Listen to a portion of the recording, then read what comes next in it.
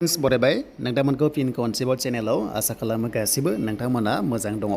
दा PMAY-G नोंथांमोननि survey last date बारायबाय दा बेखौ गोबां निउसाव होगासिनो दङ ओरैनोथ' अफिसियेलि लास्ट डेटआ 31 मार्चमोन नाथाय माखासे प्रब्लेम जादों जेराव एप्सआवहाय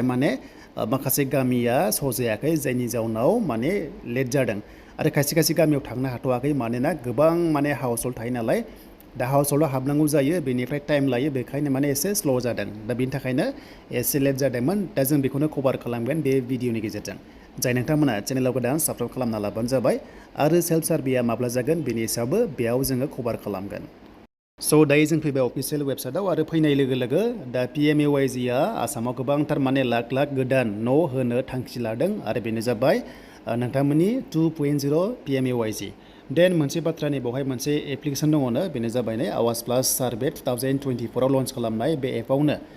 नोंथांमोना सेल्फ सार्भेखौ खालामनो हागोन जेब्ला एक्टिभ खालामनो हायो नाथाय मोनसे बाथ्रा दायो एक्टिभ खालामथ'वाखै मानोना दा फार्स्टआव जिबिका साख्रिफ्रा खालामगासिनो दं नालाय बिथांमोननि जोबनाय लोगो लोगोसो जुदि सोरबाफोर थालाङोबा नोंथांमोना गावनो सेल्फ सार्भे खालामनानै डकुमेन्ट्स आपल'ड खालामनो हागोन आरो नोंथांमोना डाटाखौ हरनो हागोन आरो जेब्ला लास्ट डेटआ ओरैनोथ' अफिसियेलि जोंहा 31 मार्चखौ जों नुदोंमोन नाथाय मोनसे बाथ्रा बे पर्टेलाव जिनिखि दायो जिबिका साख्रिफ्रा खालामगासिनो दङ बे पर्टेलाव खायसे खायसे रेभिनिउ गामि एबा सुपारभाइजारआ ओंखाराखै जायनि जाउनाव सार्भे खालामनो हायाखै आरो अके थ' बेखायनो नेक्स्ट लेभेलाव जेब्ला गासैबो अफिसियेलि थिग जागोन होमबासो नोंथांमोननि सेल्फ सार्भेया एक्टिभ जागोन दा बेनो आरो जे गोबां कमेन्ट्स फैदों खायसे खायसे गामियावहाय थाङाखै होननानै बाथ्राया बेनो जे पर्टेला एसे टेकनिकेल इसु जायोथ' थ' बेखायनो एसे लेट जादों आरो दा बेनो जाबाय PMAY-G आरो बे न'खौ मोननायनि टारगेटआ 2026नि गेजेराव नोंथांमोना मोननो हागौ बेनो जाबाय गोदान न' हिसाबै आरो गोबांथार कमेन्ट्स खालामदोंना दाखालिसो मोनखांनायफोरा मोनगोन ना मोना स' दाखालिसो मोनखांनायफोरा मोननाय नङा मानोना नोंथांमोननि आधार कार्डआ एकाउन्ट नाम्बारा गासैबो एड्रेसा प्रुफ थाखाजोबो रेकर्ड थाखाजोबो जेराव नोंथांमोना मोननाय नङा आरो मोनसे बाथ्रा जुदि खायसे खायसे गिदिर गिदिर फाक्का न' दङबा नोंथांमोनाबो मोननाय नङा आरो गारि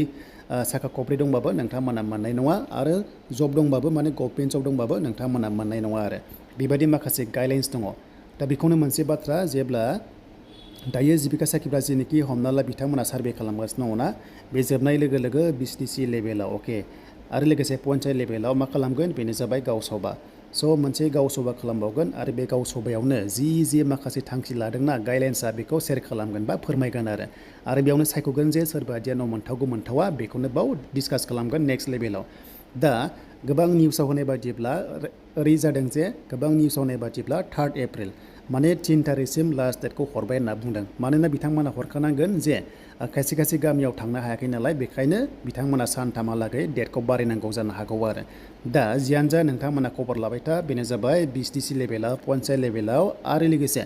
जिबिका साख्रिफोरजों कन्टेक्ट खालाम जुदि नोंथांनाव थाङाखैबा स' नोंथांमोना लिंनानै लांनो हागोन आरो दा बेखिनियानो सेल्फ सार्भेया जागोन दा सेल्फ सार्भेनि बाथ्राया बेनो जे नोंनाव सार्भे खालामाबा नोंथाङा गावनो खालामनो हानायनि राइट्सखौ बिथांमोना देग्लाय गोदान थांखि लादों आरो दा बेखिनियानो नोंथांमोननि थाखाय लेटेस्ट आपडेटआ आरो जेब्ला गोदान अफिसियेल नटिस मोनगोन नोंथांमोननो शेयार खालामगोन आरो जेब्ला लास्टआव जाय नोंथांमोना सेलेक्ट जायो अब्ला नोंनिया न' मोनोबा जब कार्डआ थाथारनांगोन जब कार्ड थाथारनांगोन आरो बे जब कार्डआ नोंनिया आधार कार्डजों बेनिफ्राय बेंकजों लिंक जानाय जाथारनांगोन होमबासो नोंनियाव न'नि किस्ति हाबो अके स' बेखायनो आधार सिडिं होनाय मोनसे जागोन बे आधार सिडिंखौहाय BCDC लेभेलाव खालामगोन एबा पन्चायत लेभेलाव खालामगोन बाथ्रा जाबाय जब कार्डजों आधार लिंक खालामनांगौ होमबासो